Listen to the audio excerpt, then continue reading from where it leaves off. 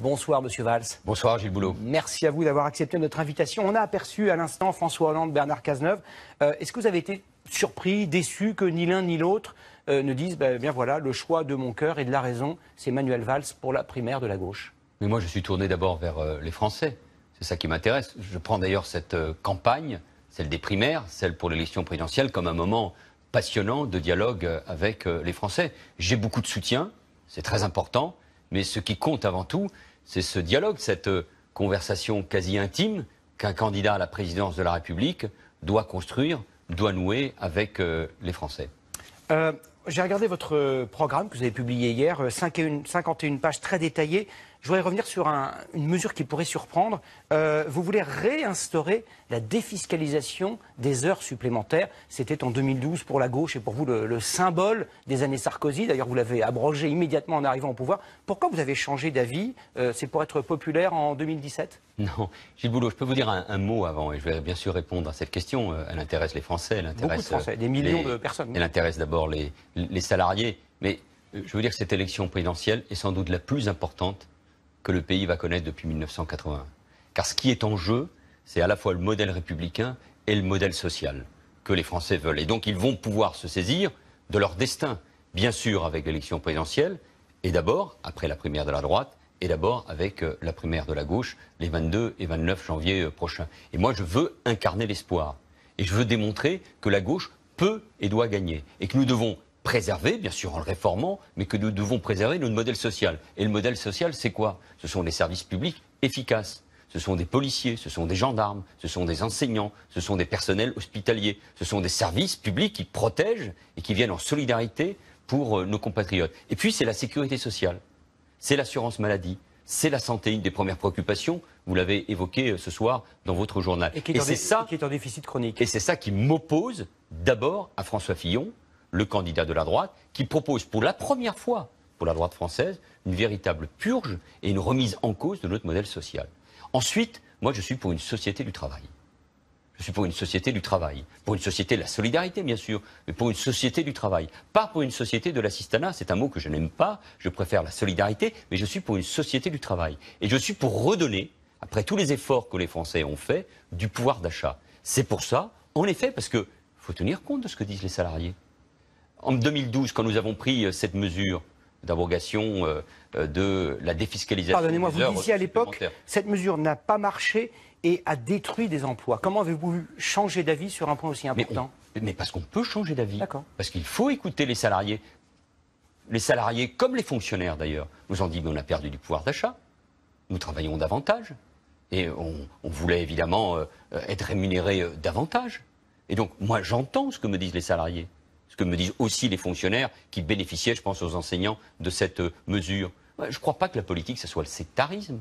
On doit être capable de regarder ce qui se fait de bon et de bien dans tel ou tel camp. Et sur cette mesure, oui, je crois qu'il faut y revenir en la plafonnant. Bien évidemment, c'est une des différences par rapport à la mesure qui avait été mise en œuvre en 2007. Mais je crois que c'est une mesure de bon sens, de justice pour les salariés de ce pays qui ont besoin de pouvoir d'achat. Plus globalement, vous avez incarné ce qu'on appelle une forme de gauche gestionnaire, réaliste. Quand vous étiez Premier ministre, c'était hier, vous avez serré les cordons de la bourse en ce qui concerne la dépense publique. Là, vous êtes candidat, vous promettez, entre autres, un revenu de 800 € à tous les jeunes de 18 à 25 ans, 8 milliards par an, cela devrait coûter. Vous promettez de recruter de nouveaux fonctionnaires. Vous promettez aujourd'hui l'inverse de ce que vous faisiez il y a 38 jours quand vous étiez Premier ministre. Le boulot, j'ai du respect pour vous, mais vous plaisantez. Non, Personne ne peut mettre en cause mon sérieux budgétaire. Mais il n'y a pas eu, au cours de ce quinquennat, de politique d'austérité. Je n'ai pas dit austérité, j'ai dit sérieux budgétaire. Il n'y a pas eu de politique d'austérité, il y a eu un sérieux budgétaire. Nous avons maîtrisé les déficits publics et il faudra continuer à le faire. En 2017, nous serons à moins 3% de déficit public, tout en maintenant nos priorités. L'éducation, 60 000 postes créés dans l'éducation. Il faudra continuer, notamment lutter contre les inégalités. La sécurité, j'étais ministre de l'Intérieur, c'est sans doute une des premières préoccupations avec l'emploi de nos compatriotes. Plus de policiers, plus de gendarmes, plus de moyens pour nos armées, plus de moyens pour nos services de renseignement, plus de moyens pour la justice. Et il faut continuer. Et ça, vous voyez, c'est un débat majeur. Et là aussi qui va nous opposer à François Fillon. Est-ce que le pays, est-ce que la France, dans ces moments difficiles, a besoin de services publics puissants pour protéger les Français, pour les soigner, pour préparer l'avenir de nos enfants? Je le dis oui, c'est pour ça que c'est un débat de société. Et puis par ailleurs, il faut des réformes importantes. Un mot sur le revenu décent que je propose. Il s'agit de fusionner tous les minima sociaux qui existent. Il s'agit de permettre aux jeunes, il ne s'agit pas de leur donner un salaire alors qu'ils ne travaillent pas ou qu'ils sont en difficulté. Il s'agit de leur permettre d'avoir de l'autonomie. Aujourd'hui, les jeunes ne peuvent pas avoir le RSA. Donc je propose, sous condition de ressources, de manière individualisée, pas pour tous les jeunes, ceux qui sont en difficulté, de pouvoir bénéficier de ce revenu décent, parce que c'est une manière de leur donner une deuxième chance. Mais mon projet sera financé, il sera sérieux, parce que moi je souhaite que nous restions indépendants, et parce que, tout simplement, il s'agit de notre souveraineté nationale, de maîtriser notre dette et nos dépenses publiques. Qui est le vrai gardien du programme et des valeurs de la gauche? Est-ce que c'est vous, simplement parce que vous étiez Premier ministre il y a peu, ou est-ce que ça peut être quelqu'un d'autre? Monsieur Peillon, Monsieur Montebourg, Monsieur Hamon? Pourquoi seriez-vous, de facto, le gardien de ce sceptre-là? C'est aux électeurs de le dire, à ceux qui se déplaceront massivement. J'en suis convaincu dans quelques semaines pour cette primaire. Moi, j'ai eu la chance de devenir français, d'apprendre à être français. Je l'ai dit ici, sur ce même plateau, il y a quelques années. J'ai exercé des responsabilités importantes comme maire d'une ville de banlieue, d'une ville populaire, Évry.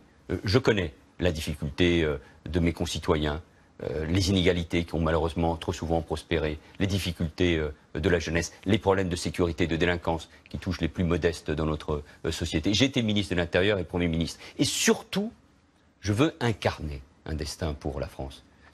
Quand vous êtes Premier ministre, vous êtes tous les jours à la tâche. Et quand vous êtes candidat à la présidence de la République, pour exercer cette fonction qui est issue d'abord du peuple français, vous devez incarner ce beau et grand pays qu'est la France, sa langue, sa culture, sa diplomatie, ses armées. C'est tout cela que je veux porter dans ce projet. Et je pense que j'ai l'expérience, la force, mais c'est encore une fois aux Français de le dire, pour faire gagner la gauche. Parce que je pense que plus que jamais, ce que je propose, c'est-à-dire une République forte qui protège nos concitoyens, et une France juste parce qu'il faut en finir avec ces inégalités, plus que jamais, c'est ça qui correspond à ce que les Français attendent concrètement. Mais précisément d'un mot, comment comptez-vous reconquérir ces électeurs de gauche qui vous ont abandonné élection après élection ces 4 dernières années? Ce n'est pas tout à fait vrai, mais...